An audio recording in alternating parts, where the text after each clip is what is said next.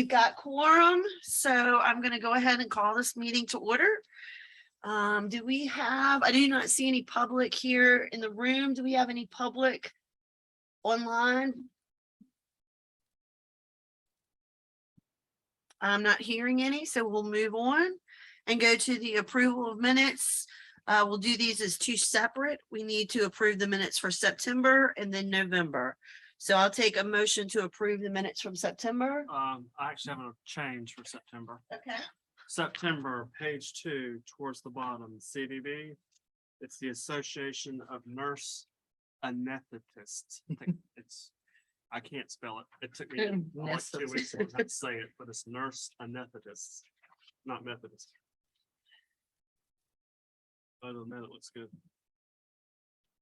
Nurse, I don't have it in front of me, but Well, It's nurse anesthetists. It's Anesthesiast. Yeah. nurse. okay.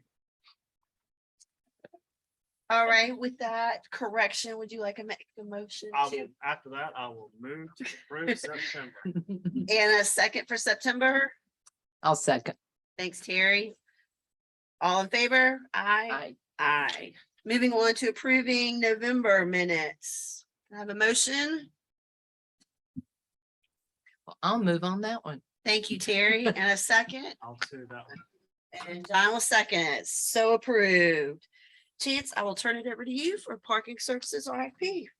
thanks, Len. All right, quick update on our parking services RFP. As discussed, back in November.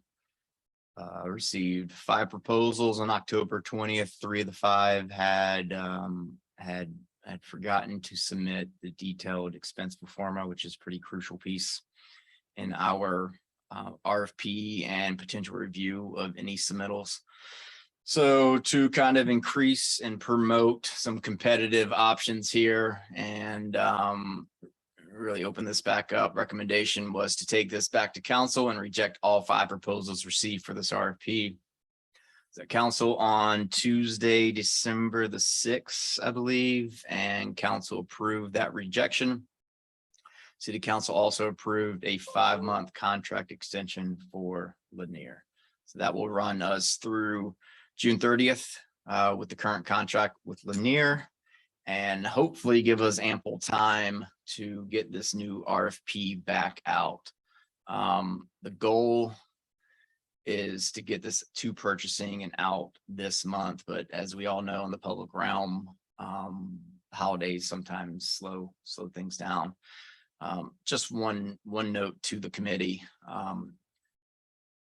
What we saw in the submittals that we did review kind of initially were it was really hard to compare an apples to apples with the way we set things up. And historically, this parking contract predates me, has been kind of a flat lease type deal to where we pay the operator a flat annual fee each year. All their expenses are deducted out of that fee. If they project it and don't use it, then that's kind of a profit center back into the operator's pocket. No benefit back to the city. So we have kind of turned this thing upside down very quickly and are looking to put this into more of a management type deal to where city will provide the budget and operator will kind of manage the assets on behalf of the city, and pretty much other than their management fee, which is inclusive of 5 or 10 items, everything else is going to be a pass back expense to the city. So an example is if we budget $1 million worth of payroll in any given year and we only pay out $900,000 worth of payroll, we get that $200,000 back, and that doesn't go into the contractor's pocket. So it's more control. The way I'm projecting, it's probably a financial benefit to the city and overall, a good positive. And I think in my experience, a majority of the municipalities that I've either worked through or I'm aware of are with a management type deal with their operators. Chance, can I want to clarify one thing so we can put it on the record. There seems to be discussion, but with the merchants and the business owners downtown that, that the ticketing arm is, on a bonus system. And I want to confirm that there is no commission or no bonus for aggressive ticketing. It's just their job to do that. Am I correct? You are 100% correct, Okay. Terry. I'm not sure where that comes from. But yeah, so even though it's a flat lease deal, currently the revenues that come in 100% come to the city. Mhm. There's no bonus structure set up. There's no quotas. It's really their job. And I think what I've seen and probably predates me too, and there's ebbs and flows as the contractor's fully staffed, you're probably going to see more yellow envelopes out there. Mm. And there are times when, they might be down an employee or a couple employees and they're hiring and that number kind of goes down. But yeah, there's no quota, no bonus structure. All those revenues 100% come back to the city. Okay. So there's not a revenue share even set up in that point either. Great question. Well, it's better on record than me just telling people that. So.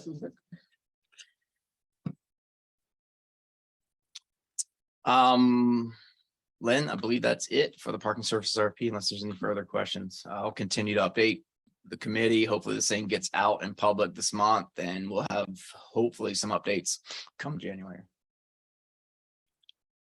Any questions, concerns before we move on? Hit it, Chance. All right, next item, 300 North Front Street, residential parking. We've talked about this a little bit over the last couple months. The residents submitted a survey back in September for us to go through the occupancy count survey, which is kind of the first step to further change the parking restrictions on that residential block. 7-day survey completed early November. The residents did request the 1 hour parking 9 a.m. to 5:30 p.m. and permit only 5:30 to 3 a.m. 7 days a week. And this time restriction is similar to the 5 recent blocks that went through that pilot program over the last 2 years ago. And just a reminder, the guidelines require at the completion of that occupancy survey, 70% occupied during that, during those times of survey on average, and at least 25% of the vehicles being registered to owners outside the immediate survey area.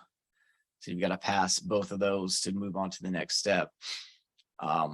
They passed flying colors on the 25% criteria. I think they were at like 80% of the vehicles surveyed were outside the immediate area, which is a big number.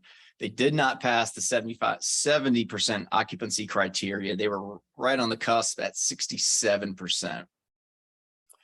And I just want to note that this is the first time we've actually done a survey for a full 7-day-a-week option like this. So they would have passed the historical 6-day Monday through Saturday option with the break in the evening that we were trying to kind of get away from, and what those previous 5 blocks revised, 2 years ago. So I wanted to offer Bruce an option. Bruce is one of the residents down there, the resident option to kind of revert back to that 6-day option if they wanted, because they're kind of right in the middle. They've got Ann Street on one side with the 7-day, got Nunn Street on the other side with the 6-day. The residents at this time don't want to move forward with any 6-day option. They'd rather kind of hold their petition and do a resurvey in May. And the guidelines allow a survey 2 times a year, May and November. So since they didn't pass the 7-day, they do not want to pursue a smaller 6-day option. They want to kind of hold that petition and then have the city resurvey in May to see if they pass. Is this north or south? Yeah. The south. This is south. Oh, apologies. Yeah. going, I'm sitting there "There's no thinking, "What's residents." right there?" I'm like, yeah. This is 300 South Front, sorry. Good call, John. I thought so, but I just want to make sure. Trying to think where the residents were on the other end. So as it stands right now, it is 300 South Front, and they did not pass the kind of two-prong criteria to advance it to the official ballot and eventually to DPAC and city council for support. And they would like to hold that petition and resubmit and resurvey come May. Can I tag nuts on this so much, but I'm sure you've heard about the Row meeting at the Hannah Block building and the Row residents getting ticketed for Did- being after hours I did in the not. resident. Yeah, you'll hear it. Yes, much activity from the ticketing force that night. That hopefully means we're doing our job down there. Yep.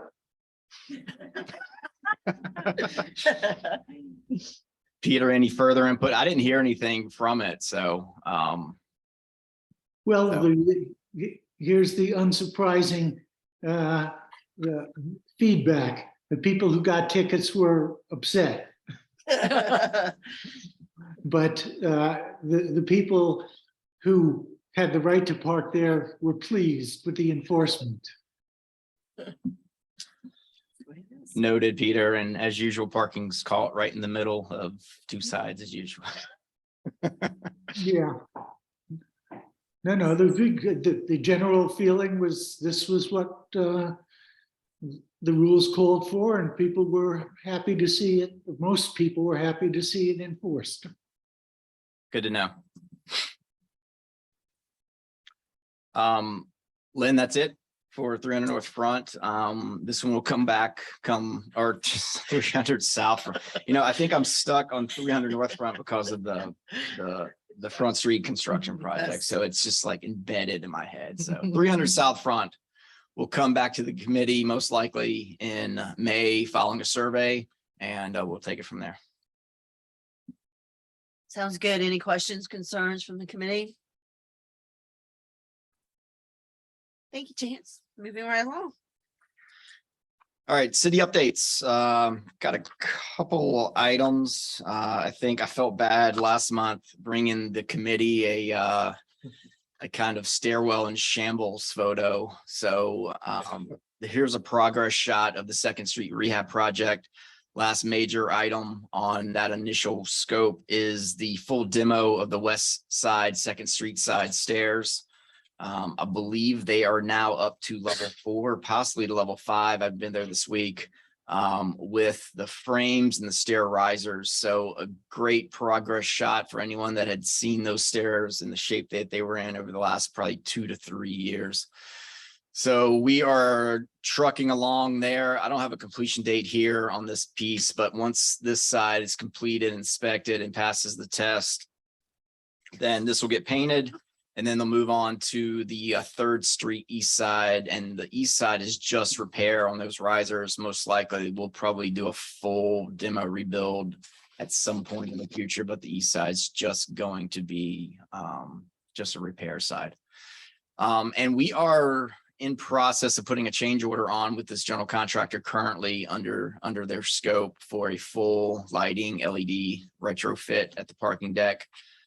We've had this one budgeted under a capital project for many years, and we've been waiting for the rehab project to get completed or near completion so that we can keep these new LED lights that we're potentially going to put in there dry, because we did some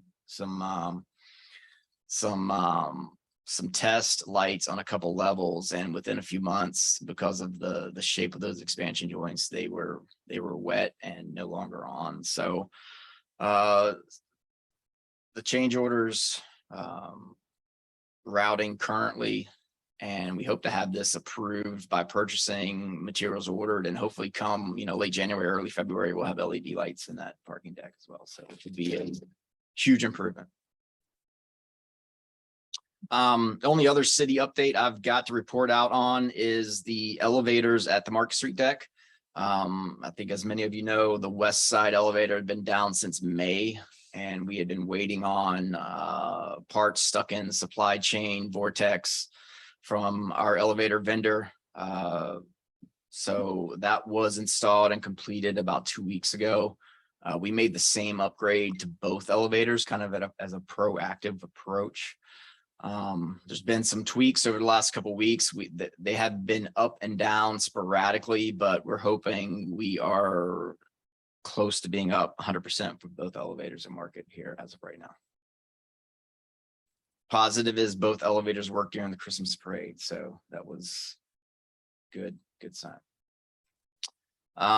And the other is we do have funding for, and next on our list, probably at the Second Street parking deck, is a full elevator modernization over there.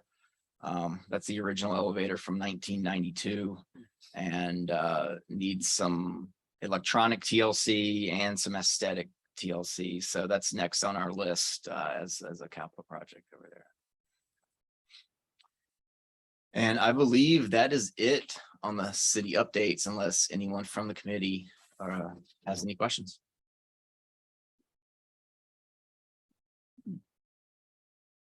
Hearing none, you can move on to parking updates. I think that's it. So those city slash. City flash parking, everything. All right, we'll move on to organizational updates. CFCC. Today is our last day of fall semester classes. Yay. So be prepared for a ghost town tomorrow downtown. Many of you have heard as well that we are in the process of acquiring the old Bank of America building on 3rd Street.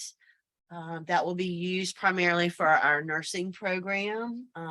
As many know, the nursing shortage is huge, especially in this area.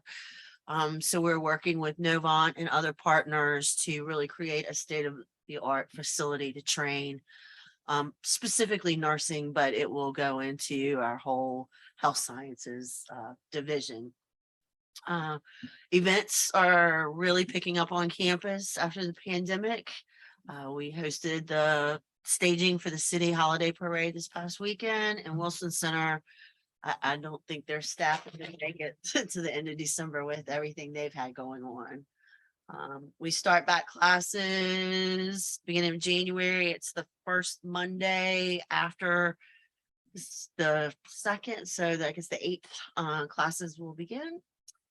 And that'll be it for us. CVB. Being a slow time of year, I've only got a couple. December 17th and 18th, we've got Cheer Max. It's a cheerleading competition. I didn't write the numbers down for that one, but I want to say it's in the 300 range for the number of people.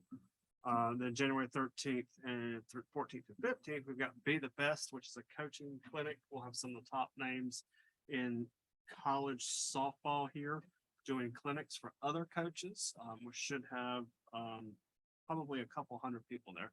This is an event that moved from New Jersey and has a new home here. So we're probably down for a little bit and then hopefully get back up to the 400 or 500 numbers they had up there. Wonderful. That's it. Mhm. DBA. Well, first of all, the tree lighting went off amazing. I mean, somebody said it was close to a couple of thousand there. It was packed and there could have been more. So every year, starting 14 years ago, there was like 10 people in a Charlie Brown tree there. It was bad. Yeah, the weather, it was the nicest since I've been involved. So very grateful. Not a lot of events going on. I will say Dylan's not here, but the street improvements on the north end have been going extremely well.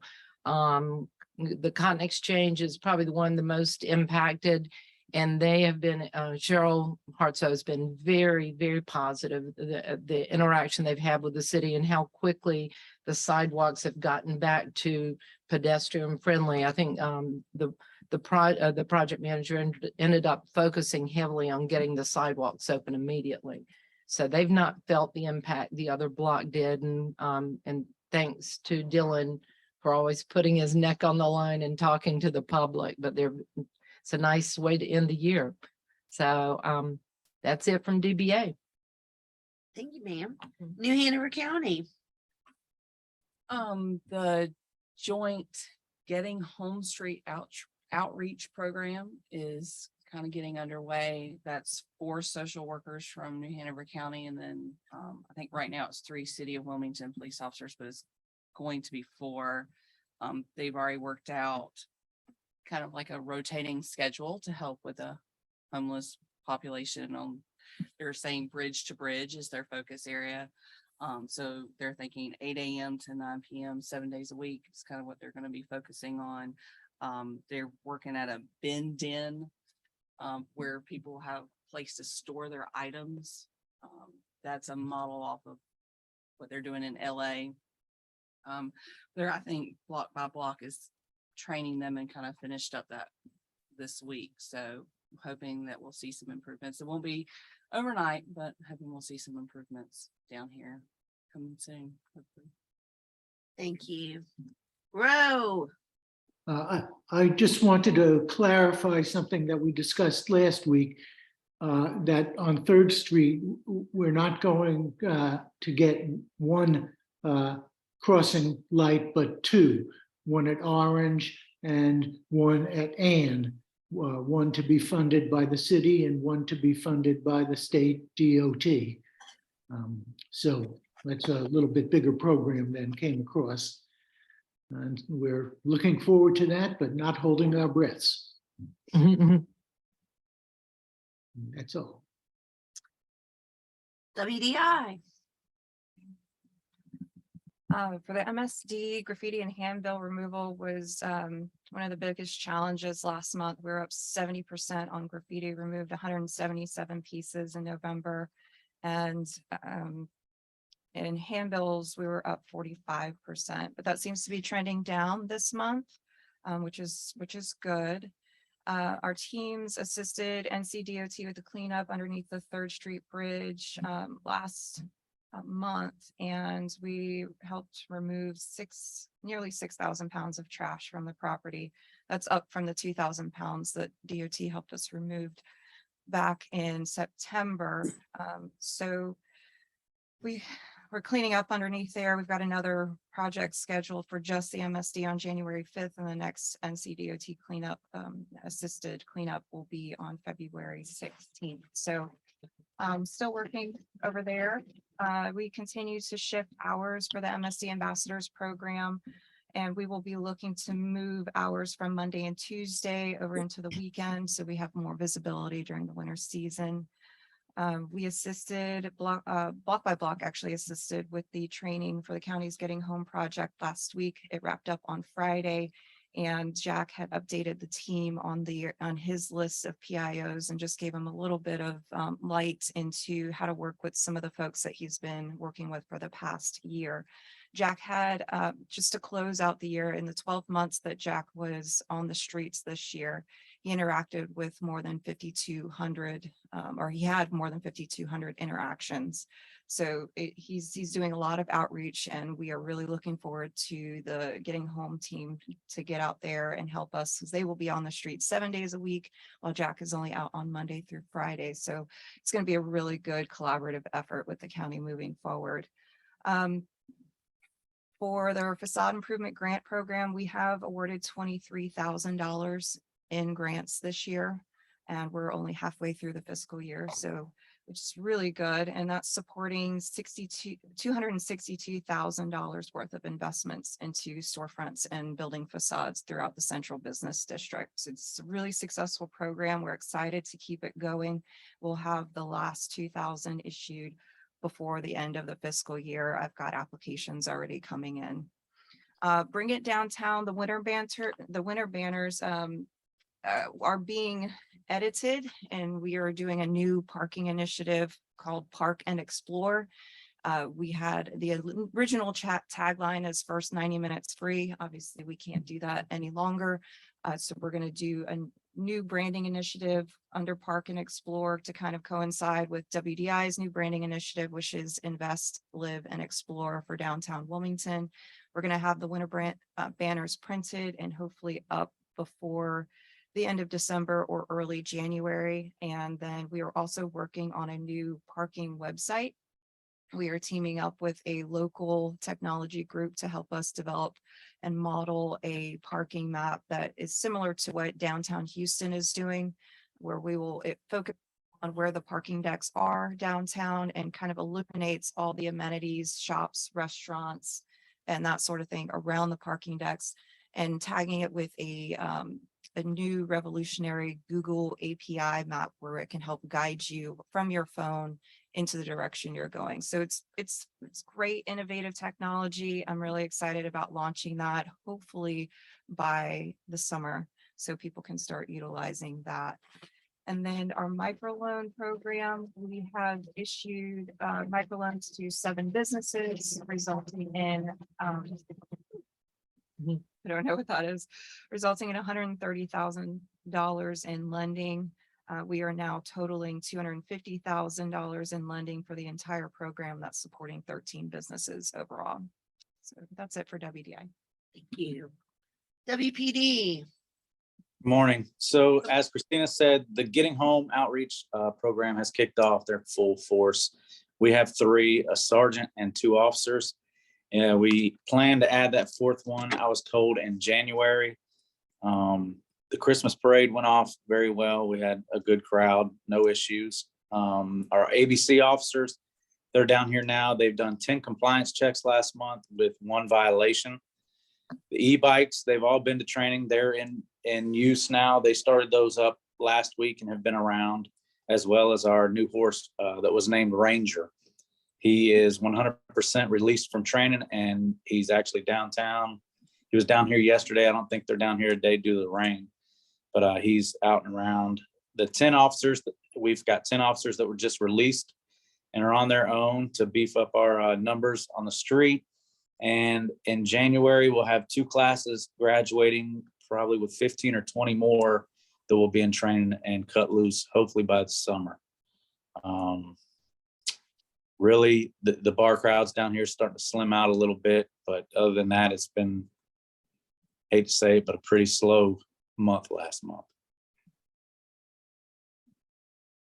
Great, thank you. And I had the opportunity to meet Ranger yesterday, and Ranger eats everything that Ranger can get a hold of. So if you get to meet Ranger, just know that your to-go box is not safe with him.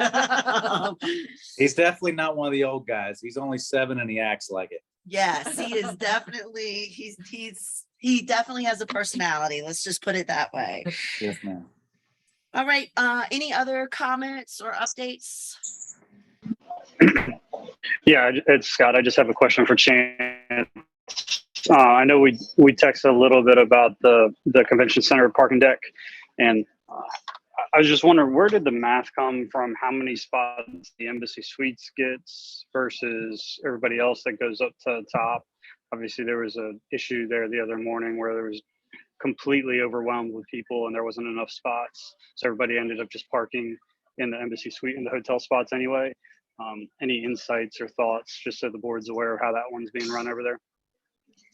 Yes, Scott. I would say the Power Breakfast is one of the events, and there's a couple daytime luncheons that normally put us slightly over our capacity.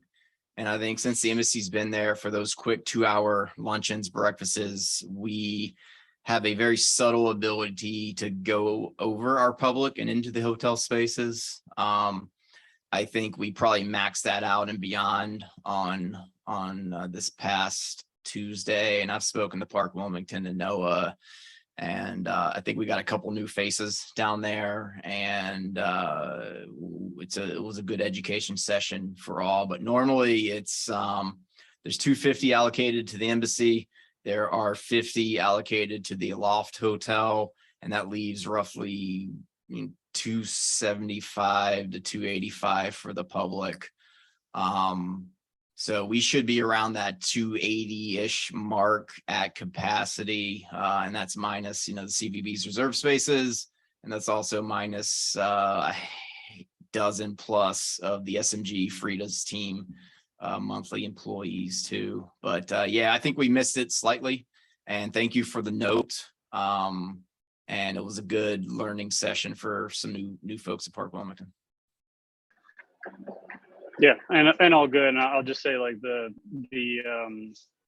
representatives up the front taking the taking the voucher. Like it went very, very smoothly. There's hundreds of people trying to get out at once, and you know how much I love gates, right?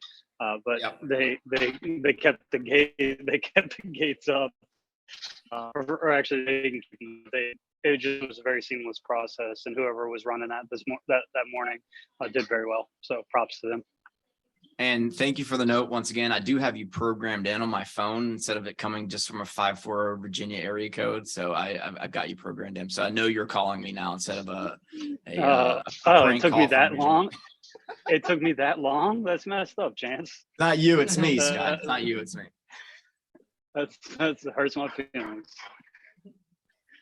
Any All right, thanks, other guys. comments, questions, updates?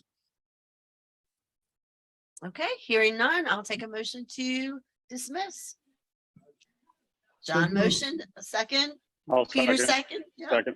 Yep. thank you. You I'm guys have a sorry, I great, didn't catch that. it was First- John as original Uh-huh. and Peter as the second. Thank you. All in favor? Aye. Aye. Have a great Christmas, everybody. Enjoy your holiday. Thank you. Merry Christmas, Happy New Year. Bye. Bye-bye.